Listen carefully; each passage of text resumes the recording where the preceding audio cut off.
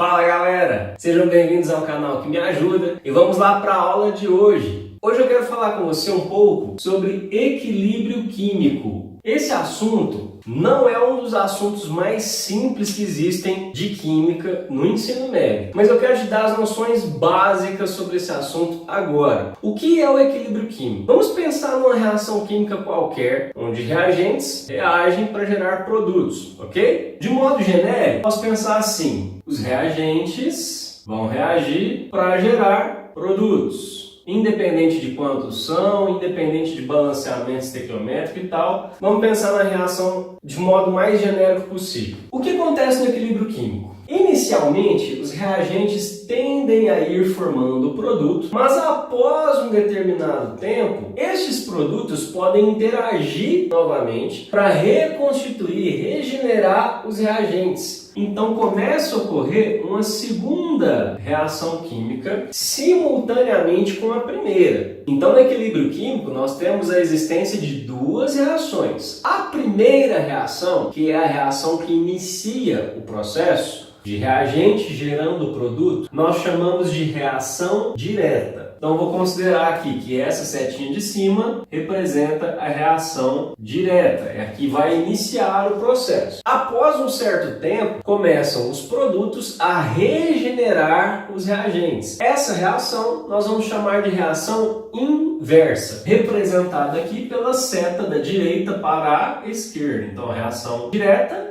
esquerda para a direita, e a inversa da direita para a esquerda, ok? Seriam os produtos regenerando os reagentes. Logicamente, como são duas reações distintas e elas acontecem em momentos distintos, as velocidades dessas reações também são diferentes. Eu vou chamar a velocidade da reação direta de Vd e a velocidade da reação inversa de Vi. O que acontece? No início do processo, a velocidade da reação direta é total, porque você tem 100% de reagente. Se a gente fizesse um gráfico da velocidade da reação em função do tempo, nós teríamos o seguinte perfil. A velocidade da reação direta, Vd, começa num valor total de 100% e começa a decair. A velocidade da reação inversa começa em 0, ok? E tende a ir aumentando à medida que você passa a ter mais produtos para reagir novamente e gerar os reagentes. O que vai acontecer? Vai chegar um momento em que as velocidades dessas duas reações vão se igualar. Então olha só, a velocidade da reação direta vai diminuindo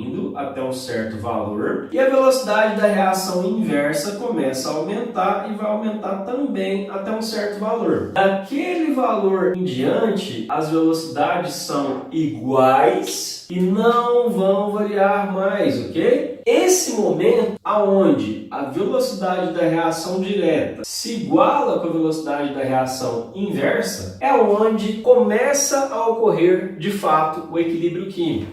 Então, o equilíbrio químico só se estabelece quando a velocidade da reação direta se iguala à velocidade da reação inversa. Quais são as consequências disso para o sistema? Principalmente com relação à concentração. Se a gente analisar um outro gráfico, dessa vez agora de concentração em função do tempo, a gente poderia pensar o seguinte: se fosse uma reação normal, uma reação sem equilíbrio, os reagentes começariam com a quantidade total e iam decair até chegar em zero. Produtos começariam com a quantidade zero e iriam se formar totalmente, pensando na reação ideal. No equilíbrio acontece o seguinte: a concentração de reagente, que eu vou representar de vermelho, ela começa no total, e a concentração de produtos, que eu vou representar de verdinho, começa com o valor zero, logicamente. À medida que a reação direta vai acontecendo e a inversa começa a acontecer, lógico que essas concentrações também vão variar. A concentração de reagente vai decair em função do tempo, mas ela nunca vai chegar a zero. Por quê? Porque a reação inversa regenera o reagente. E os produtos também vão se formando aos poucos, mas nunca vai se formar 100% em relação ao esperado. Por quê? Porque sempre parte desse produto está regenerando o reagente. Então veja bem, se a velocidade da reação direta se iguala com a inversa, significa que a mesma velocidade que se formam os produtos também é reconstituído o reagente. Ou seja, existe um instante de tempo aonde a concentração dos reagentes e a concentração dos produtos se torna constante. A partir deste instante de tempo, o equilíbrio está sendo estabelecido. E é o mesmo instante de tempo, que eu vou chamar de T, do momento onde a velocidade da reação direta se torna igual à velocidade da reação inversa. Na verdade, para ser um pouco mais preciso, isso